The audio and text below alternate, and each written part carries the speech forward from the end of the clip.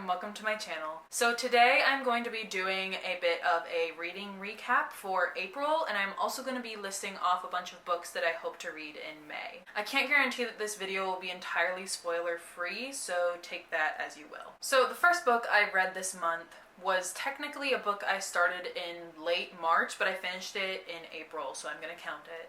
And that book is Happy Place by Emily Henry. This was such an incredible book. Its plot was honestly a lot more layered than I thought it was going to be. I thought it was going to be relatively simple, but it was actually pretty complex, and I really loved that. I loved all the subplots that were thrown in there as well. You know, stories about their friends and what's going on in their lives and how their lives are being affected by different things. Now, I'm not at the point in my life where I can necessarily relate to any of these characters, seeing as I'm only 19 and these characters are clearly at least in their mid-20s by now, I'd assume, if not late 20s. I can't say for sure that she captured this time in life very well, but I would like to think she did, because the characters are always talking about how their schedules are kind of conflicting and how they always want to meet up and hang out, but that's not always a possibility.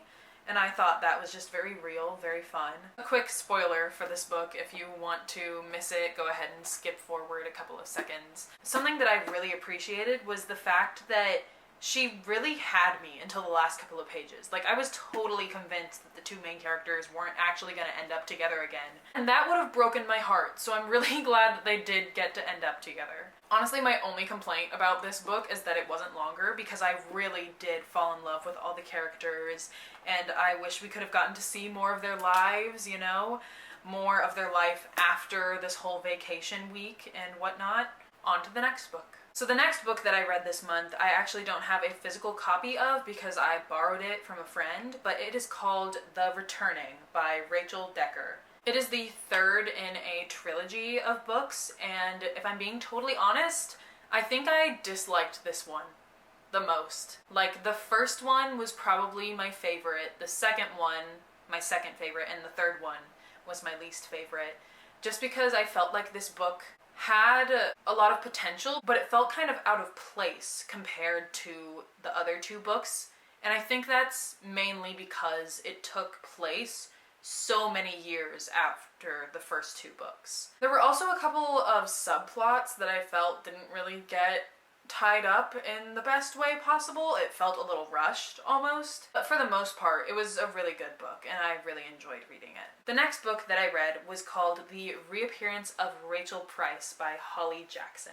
Now, this book actually came out this month, so I got it a couple days after it was released. If I remember correctly, I read it probably under 2 weeks, maybe 2 weeks, but it's also a really thick book with really tiny print.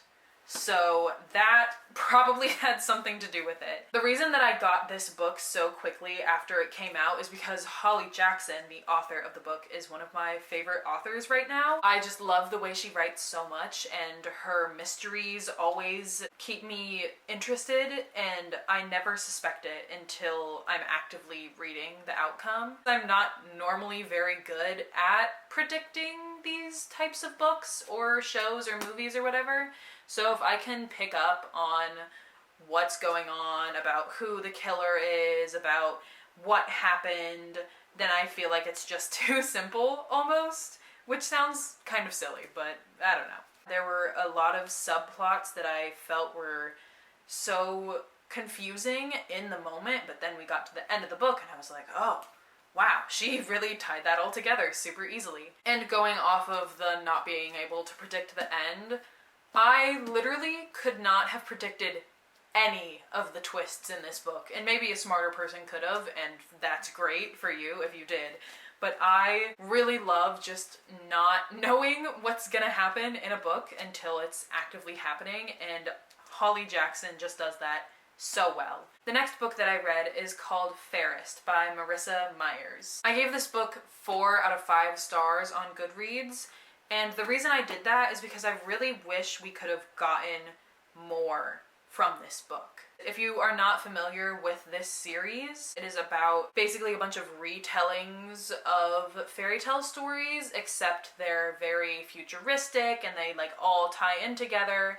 And this book is about the villain's origin story, essentially. I loved the book, but I really just wish we could have gotten more of it. Because there's just a little over 200 pages, and I really feel like she could have been fleshed out more as a character. I also really expected the author to kind of humanize the villain in this story, but she didn't, honestly, and I think that's better. And the last book that I read this month is actually a book that I finished just a couple of days ago, and it is called The Counselors by Jessica Goodman. I gave this book 4 out of 5 stars on Goodreads, and the main reason I did that is because, unlike the other mystery book that I read this month, I was able to figure out who the killers were about 2/3 into the book.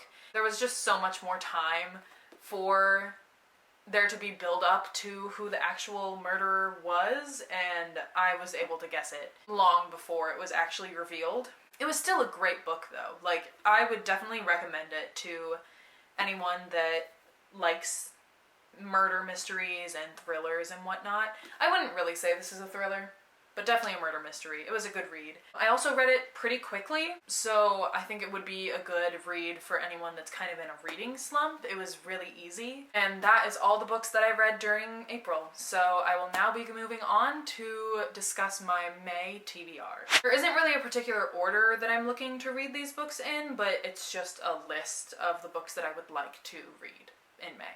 So the first book that I'm hoping to read in May is Just for the Summer, and if you watched my most recent vlog, you'd know that I actually got this book just last week, and if you haven't seen that vlog, you should definitely go watch it. But I've just been seeing a lot of good reviews for this book recently, so I thought I would give it a try. The next book is French Kissing in New York, and if I'm being totally honest with myself, I definitely judged this book by its cover and just got it for the cover art because I think it's really cute and really sweet and really fun. The plot seems super interesting, so I'm very excited to read that, and it's a relatively thin book, so I feel like I should be able to get through it pretty easily. Next is Love Theoretically, and it is the 3rd book in a series, even though I don't think they're really necessarily connected, but they're all about scientists falling in love. I've read the other 2 books in this series, and if this one is anything like those, then I am very excited to read it. And the last book that I'm hoping to read during May is The Woman in Me by Britney Spears. I've actually had this book on my shelf for a couple of weeks now, and I haven't read an autobiography in a while, so I thought that I would go ahead and try to read this one during May. I've heard a lot of good things about this book, and I'm super interested to read about Britney Spears' life and all of the things that she left unsaid until now. Now, I may read more than just these 4 books this month because obviously there's new books coming out and I definitely have more books on my shelf that I still haven't read, but these 4 books will definitely be a priority in May. That is going to be all for this video. If you enjoyed it, don't forget to like, comment, and subscribe, and I will see you in the next one. Bye!